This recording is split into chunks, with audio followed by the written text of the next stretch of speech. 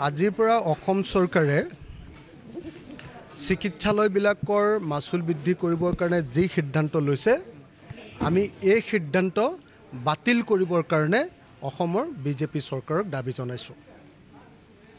হিমন্ত বিশ্ব শৰ্মাই অসমৰ ৰাজনীতিৰ আটাইতকৈ দীঘলীয়া কালৰ স্বাস্থ্যমন্ত্ৰী আছিল আৰু এতিয়াও তেখেত স্বাস্থ্যমন্ত্ৰী।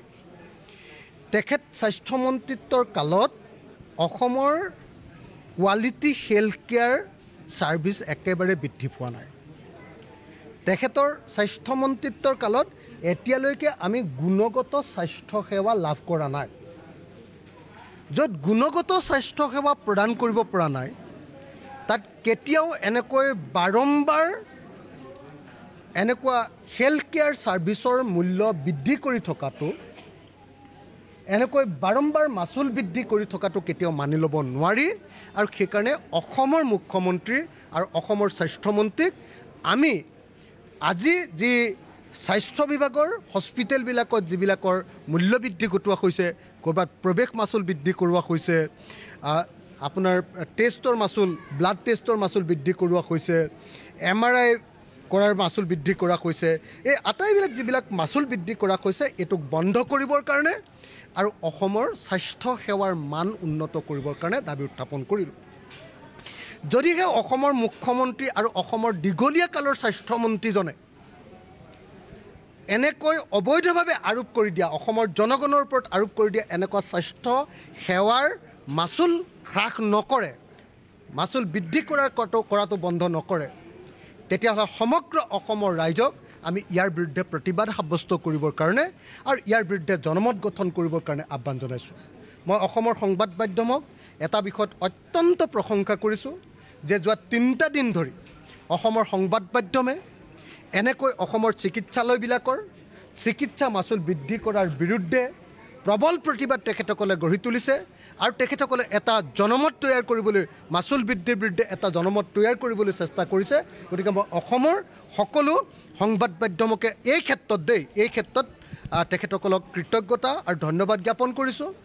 যি সময়ত অসমৰ সকলো বস্তুৰ দাম বাঢ়িছে, যি সময়ত অসমে টেক্স টেৰৰিজিমত থাকিব নোৱাৰা হৈ গৈছে, কৰৰ সন্ত্ৰাসত, GSTৰ সন্ত্ৰাসত মানুহ জীয়াই থাকিব নোৱাৰা পৰিৱেশ হৈছে, অসমৰ মানুহ বাহিৰলৈ ওলালে, মটৰচাইকেলখন লৈ বাহিৰলৈ ওলালেই এতিয়া হিমন্ত বিশ্ব শৰ্মাৰ বাহিনীয়ে জাপ মাৰি 10,000 টকা ফাইন কৰে।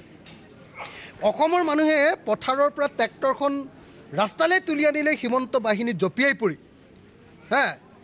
মানে তেওঁলোকে আমাৰ ওপৰত কৰ আৰোপ কৰে। যি সময়ত বেটেৰী ৰিক্সা এখনৰ ওপৰত 10,000 টকা, 20,000 টকা, ইলেক্ট্ৰনিক ৰিক্সা এখনৰ ওপৰত তেওঁলোকে এনেকৈ কৰ আৰোপ কৰে, যি সময়ত অসমৰ মানুহৰ কোনো ধৰণৰ উপাৰ্জন বৃদ্ধি হোৱা নাই, সেই সময়ত আপোনালোকে সকলোৱে দেখিছে যে কালিৰ দিনটোত, পৰহিৰ দিনটোত ৰাজ্যসভাত প্ৰকাশ পাইছে যে অসমৰ এজন মানুহৰ গড় ইনকাম, গড় বছৰিকা উপাৰ্জন হ'ল 1,20,000 টকা, 1,20,334 টকা। যি সময়ত গোৱাৰ এজন মানুহৰ গড় ইনকাম 5,51,000 টকা, সেই সময়ত আমাৰ এজন মানুহৰ এবছৰৰ ইনকাম 1,20,000 টকা। আমাৰ অসমীয়া মানুহৰ ইনকামেই নাই। আমি গোটেই ভাৰতবৰ্ষৰ 28খন ৰাজ্যৰ ভিতৰত তলফালৰ পৰা 5 নম্বৰ ৰাজ্য, আমাৰ অৱস্থা নাই। সেই সময়ত আমাৰ ৰাজ্যখনৰ চিকিৎসা মাচুল গোটেই ভাৰতবৰ্ষৰ ভিতৰতে আটাইতকৈ বেছি। গতিকে মই এই মুহূৰ্তত অসমৰ চৰকাৰী চিকিৎসালয়ত চলি থকা যি চিকিৎসা মাচুল বৃদ্ধিৰ ঘটনা, এই মাচুল বৃদ্ধিৰ ঘটনাক আমি নিন্দা কৰিছোঁ, প্ৰতিবাদ কৰিছোঁ আৰু চৰকাৰক অনতিবিলম্বে মাচুল বৃদ্ধি নকৰিবৰ কাৰণে আৰু মাচুল বৃদ্ধিৰ যি সিদ্ধান্ত লোৱা হৈছে তাক বাতিল কৰিবৰ কাৰণে দাবী উত্থাপন কৰিছোঁ। মানে হিমন্ত বিশ্ব শৰ্মা মানুহজন হ'ল এজন হিটলাৰ। তেওঁ মানে নিজেতো নাঙলত ধৰিব নাপায়েই, তেওঁ নাঙলত নধৰে কোনোদিন, তেওঁ খেতি কৰি পোৱা নাই, গতিকে কোন সময়ত গছপুলি ৰুব লাগে সেই কথাটো তেওঁ নাজানে। তেওঁ খালি নাম লাগে, টিভিত ওলাই থাকিব লাগে আৰু ৰেকৰ্ড কৰিব লাগে, ৰেকৰ্ড কৰি হিমন্ত বিশ্ব শৰ্মা বৰ ডাঙৰ কাম কৰিছে এনেকৈ বুলি মাজে মাজে তেওঁৰ ঢোল পিটি থকা মানুহ কেইটামান লাগে। তেওঁ গমেই নাপায় যে পৃথিৱীত আপোনালোকে সকলোৱে জানে যে গছ ৰুবৰ কাৰণে বিশ্ব পৰিৱেশ দিৱস এটা পালন কৰি লৈছে 5 জুন তাৰিখটো। কেলৈ? এপ্ৰিল মে জুন মাহত যদি গছ ৰুৱে তেতিয়াহ'লে বৰষুণ পাই লহপহকৈ গছজোপা বাঢ়ি আহে আৰু সেইজোপা গছ নমৰে। হিমন্ত বিশ্ব শৰ্মাই যোৱাবাৰ অক্টোবৰ মাহত গছপুলি ৰুইছিলে, এইবাৰ 1 আগষ্টৰ পৰা গছপুলি ৰুইছে। আগষ্টত গছপুলি ৰোৱাটো দেৰি হৈ গৈছে। মই সেইকাৰণে মুখ্যমন্ত্ৰীক আগৰ পৰা কৈ আছিলোঁ, যদি আপোনাৰ গছপুলি ৰোৱাৰ নাটকখন কৰিব লাগে তেতিয়াহ'লে আপুনি এপ্ৰিলৰ পৰা কৰক, মে'ৰ পৰা কৰক, জুনৰ পৰা কৰক। আগষ্ট মাহত, ছেপ্টেম্বৰ মাহত আৰু অক্টোবৰ মাহত গছপুলি ৰুই আপুনি গছপুলি হত্যা নকৰিব। যোৱাবাৰ তেওঁৰ যিমান গছপুলি ৰুইছে তাৰ 90% গছপুলি হত্যা কৰিলে, তেখেতে মাৰি পেলালে। তো এতিয়া তেওঁ কোনোবা এগৰাকী মহিলাক সোধে যে আপোনাৰ গছপুলিটো বাচি আছে নে নাই। সেই মহিলাগৰাকীক কৈছে যে গছপুলিটো ৰোৱাৰ কাৰণে 10,000 টকা দিম। মহিলাগৰাকীয়ে ক'ব নেকি মোৰ গছপুলিটো মৰিলে বুলি? তেওঁক টুপি পিন্ধাই আছে কোনোবাই, আৰু তেওঁ আমাৰ ৰাইজখনক গোটেইখনকে টুপি পিন্ধাই আছে।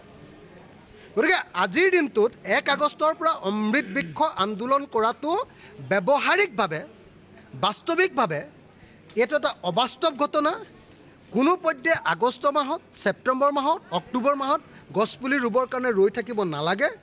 গছপুলি ৰোৱাৰ সময়টো হ'ল এপ্ৰিল, মে', জুন, মেক্সিমাম জুলাই মাহলৈকে, জুলাই মাহৰ প্ৰথম ভাগলৈকে গছপুলি ৰোৱা উচিত। তাৰ পাছত গছপুলি ৰুলে সেইটোক হত্যা কৰিবৰ কাৰণে, সেইটোক মাৰিবৰ কাৰণে, সেইটোক দুৰ্বল কৰিবৰ কাৰণে ৰোৱা হয়। গতিকে মই ভাবোঁ যে অসম চৰকাৰৰ অমৃত বৃক্ষৰ গোটেই ধাৰণাটোৱেই ভুল। মানে দুৰ্ভাগ্যজনক কথা যে খানাপাৰাৰ আগাৰ এগ্ৰিকালচাৰ ইউনিভাৰ্চিটিৰ মাটিখিনি টাটা কোম্পানীক আপোনাৰ 5 ষ্টাৰ হোটেল খুলিবলৈ দিলে। এইখন এতিয়া যিখন 5 ষ্টাৰ হোটেল কি বুলি কয়, তাজ ভিভান্তা। তাজ ভিভান্তা খুলিবৰ কাৰণে 5 ষ্টাৰ হোটেলৰ কাৰণে মাটি দিলে। এইবাৰ আকৌ এগ্ৰিকালচাৰৰ মাটিখিনি খেতিৰ লগত কোনো সম্পৰ্ক নথকা ৰিচৰ্ট খুলিবলৈ দিলে। মানে এই চৰকাৰখন যে খেতিয়কৰ লগত নাই, এই চৰকাৰখনে যে খেতি বোলা বস্তুটো বুজি নাপায়। এওঁ নিজে আচলতে কেনোদিন নাঙলত ধৰি নোপোৱাৰ কাৰণে তেওঁ খেতি কৰিব নাপায় নহয়। তো নাঙলত ধৰিবলৈ নোপোৱাৰ কাৰণে, বুজি নোপোৱাৰ কাৰণে আচলতে এনেকৈ অসমৰ এগ্ৰিকালচাৰ ডিপাৰ্টমেণ্টটোক, অসমৰ কৃষি বিভাগটোক তেওঁ কোনোপধ্যে গুৰুত্ব নিদিয়ে। তেওঁৰ মতে কৃষি বিভাগটোক কোম্পানীৰ হাতত, মাৰোৱাৰীৰ হাতত, বনিয়াৰ হাতত গতাই দিব লাগে। এতিয়া কৃষি বিভাগটোৰ কাম একমাত্ৰ এটাই যে বাহিৰৰ হাইব্ৰিড বীজ কিনি আনি আমাৰ খেতিয়কৰ মাজত বিলাই দিব লাগে, আৰু বিলাই দিয়াৰ পাছত সেই হাইব্ৰিডৰ গুটি ওলাক নোলাক, চিড ওলাক নোলাক দৰকাৰ নাই। তাৰ পৰা ফচল হওক নহওক দৰকাৰ নাই, সেইটোৰ পৰা খালি কমিশ্যন খাব লাগে। গতিকে মানে এইবিলাক কথা সেইকাৰণে লাজ লগা কথা। মই কৈছোঁৱে যে এই চৰকাৰখনে আচল যিবিলাক কাম কৰিব লাগে সেইবিলাক নকৰে। মই আজি বক্তব্যত কৈছিলোঁ, আপোনালোকে শুনিছিলে চাগে। আজিৰ দিনটোত অসমৰ মানুহৰ আটাইতকৈ ডাঙৰ মানে খেতি কৰাৰ পাছত অসমীয়া মানুহক কি কৰে বুলি সুধিলে আটাইতকৈ ডাঙৰ কামটো কৰে অসমৰ মানুহে হাজিৰা কৰে, মিস্ত্ৰীৰ লগত যোগালী কৰে, তাৰ বাহিৰে একো নকৰে। আজি অসমৰ গোটেই ডেকা ল'ৰা গৈ বাহিৰত কাম কৰে। বেংগলোৰত কৰে ছিকিউৰিটি গাৰ্ড, হায়দৰাবাদত ছিকিউৰিটি গাৰ্ড কৰে, চেন্নাইত ছিকিউৰিটি গাৰ্ড কৰে, কেৰেলাত ছিকিউৰিটি গাৰ্ড কৰে। এইবিলাক কৰি ঘটাই আছে। আৰু আপুনি কি ক'লে আজি? আপুনি ক'লে যে কেতিয়াবা বিহুৰ নামত ৰেকৰ্ড কৰিবৰ কাৰণে, কেতিয়াবা অন্য কোনোবা জনগোষ্ঠীৰ নামত ৰেকৰ্ড কৰিবৰ কাৰণে এনেকুৱা ডেন্সৰ তেওঁলোকে সমাৱেশ পাতে, এওঁলোকে নৃত্যৰ সমাৱেশ পাতে। আৰু নৃত্যৰ সমাৱেশ পাতি বেলেগ একো নহয়, আল্টিমেটলি পইচাকেইটা খৰচ কৰে। হিমন্ত বিশ্ব শৰ্মাই ৰেকৰ্ডৰ নামত এনেই মনতে ফূৰ্তি এটা লাভ কৰে, আৰু তাৰ বাহিৰে অসমৰ কোনো উন্নতি নহয়। গতিকে মই অসম চৰকাৰক প্ৰেক্টিকেল হ'বৰ কাৰণে, ৰাইজৰ কাৰণে কাম কৰিবৰ কাৰণে আৰু ৰাইজৰ সমস্যা বুজ ল'বৰ কাৰণে আহ্বান জনাইছোঁ। 2026 চনত দলগাঁৱত ৰাইজৰ দলে খেলে নেখেলে সেইটো পিছৰ কথা, কিন্তু প্ৰথম কথাটো হ'ল যে 2026 চনত দলগাঁও সমষ্টিত AIDF জিকিব নোৱাৰে, আৰু আমি AIDFক জিকিবলৈ নিদিওঁ। সাম্প্ৰদায়িক দল AIDF, সাম্প্ৰদায়িক দল BJP, সাম্প্ৰদায়িক দল AIDF আৰু BJPক অসমৰ মাটিৰ পৰা যদি আমি বিদায় দিব নোৱাৰোঁ, অসমৰ মানুহ কোনো শান্তিত থাকিব নোৱাৰে। হিমন্ত বিশ্ব শৰ্মাই সদায় বদৰুদ্দিন আজমলৰ বিৰুদ্ধে ক'ব, আৰু বদৰুদ্দিন আজমলে সদায় লুঙি আৰু কি কয় টুপিৰ চৰকাৰ কৰিম বুলি কৈ সদায় তেওঁলোকে ৰাজনীতি কৰি থাকিব এনেকৈ। গতিকে মই ভাবোঁ যে আমি 2026 চনত বিজেপি আৰু AIDF দুইটা দলক অসমৰ ৰাজনীতিৰ পৰা বিদায় দিম আমি বিৰোধী ঐক্যমঞ্চ কংগ্ৰেছ ৰাইজৰ দল অসম জাতীয় পৰিষদ সকলোৱে মিলি এখন নতুন চৰকাৰ কৰিম ধৰ্মনিৰপেক্ষ চৰকাৰ কৰিম আৰু সাম্প্ৰদায়িক দলক বিদায় দি উন্নয়নৰ এক নতুন ৰাজনীতি আৰম্ভ কৰিম আমি যদি সঁচাকৈ কেতিয়াবা চৰকাৰলৈ আহোঁ অসমৰ প্ৰত্যেকডৰা পথাৰত আমি পানী যোগান দিম অসমৰ প্ৰত্যেকজন খেতিয়কৰ যিবিলাক উৎপাদিত বস্তু যেনেকৈ দলগাঁৱত ইমান মৰাপাট উৎপাদন হয় তাৰ প্ৰকৃত মূল্য দিবলৈ চেষ্টা কৰিম ইমান শাক পাচলি উৎপাদন হয় তাত কোল্ড ষ্টৰেজ কৰি ইয়াত সেই শাক পাচলিবিলাকৰ পৰা বেলেগ বেলেগ ইণ্ডাষ্ট্ৰি কৰিম আৰু খেতিয়কবিলাকৰ উৎপাদিত বস্তুবিলাকৰ প্ৰকৃত মূল্য দিম বুলি মই আপোনালোকক আজিৰ দিনটোতে নিশ্চয়তা প্ৰদান কৰিছোঁ